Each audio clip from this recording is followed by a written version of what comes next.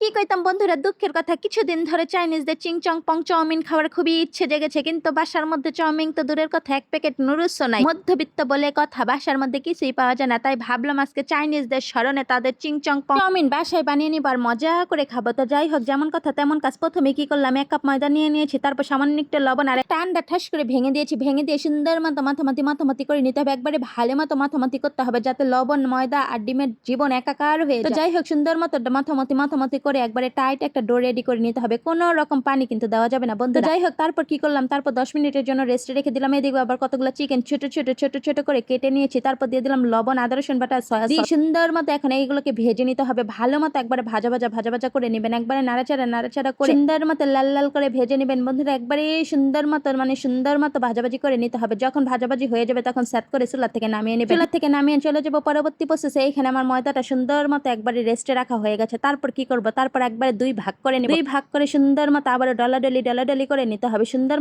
মতো ডলাডলি করে নেবেন। তারপর এখানে কর্নফ্লাওয়ার দিয়ে সুন্দর মতো একটা রুটি বানিয়ে নিতে হবে বন্ধুগণ। অবশ্যই কিন্তু কর্নফ্লাওয়ার দিয়ে রুটিটা বেলে নেবেন, না হলে কিন্তু জিনিসটা হবে না, সুন্দর হবে না। তো যাই হোক, কর্নফ্লাওয়ার দিয়ে সুন্দর মতো বেলতে একটা বড় ধরনের রুটি কিন্তু আমি বানিয়ে নিয়েছি বন্ধুরা। আমার রুটিটা আবার আঁকা চোকা হয়েছে। যাই হোক, আপনারা কিন্তু সুন্দর মতো গোল বানিয়ে নেবেন। তারপর কি করব, তারপর একটা ছুরি নিয়ে গুচি করে কাটা শুরু করে দিলাম। একবারে সুন্দর করে কাটা শুরু করে দিলাম। কি যে সুন্দর চাউমিন গুলো হতে যাচ্ছে বন্ধুরা, বলে বোঝাতে পারবো না। বরিশালের মেয়েদের যে কত বুদ্ধি, এটা যদি আমার ভিডিও না দেখেন তাহলে কখনোই বুঝবেন না। তারপর কি করলাম, তারপর হাত দিয়ে একটা করে সুন্দর মতো খুলে নিলাম। আর দেখেন কত সুন্দর লম্বা কতগুলো চাউমিন আমার রেডি হয়ে গেছে। ভাবা যায় বন্ধুরা, 1 কাপ ময়দা দিয়ে এত সুন্দর এতগুলো চাউমিন আমি বাসায় বানিয়ে নিলাম। আমি তো নিজেই বিশ্বাস করতে পারছি না, এত অল্প সময় এত অল্প খরচ বাসায় যদি চাউমিন বানানো যায়, কি দরকার বাহির থেকে এত দাম দিয়ে কিনা। যাই হোক বন্ধুরা, চুলার মধ্যে এদিকে পানি দিয়ে দিয়েছি, পানি কিন্তু বলকও চলে এসেছে। তারপর কিন্তু একবারে চাউমিন গুলো সাত করে ছেড়ে দিলাম। ছেড়ে দিয়ে সামান্য একটু লবণ দিয়ে সুন্দর মতো সিদ্ধ করে নিয়েছি। যখন সিদ্ধ হয়ে যাবে তখন চুলা থেকে নামিয়ে পানিগুলো ঝেড়ে নিয়েছি। তারপর সামান্য একটু তেল দিয়ে মাখা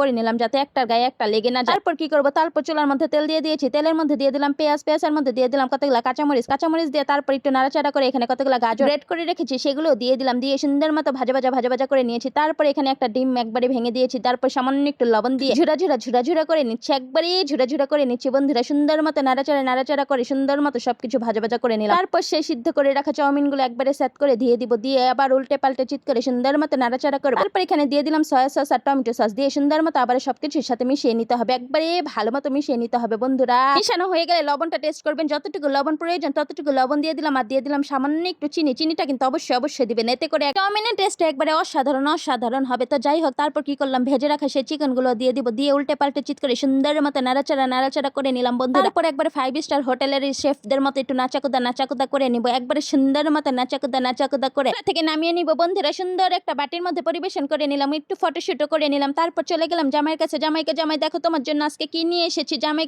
দেখো।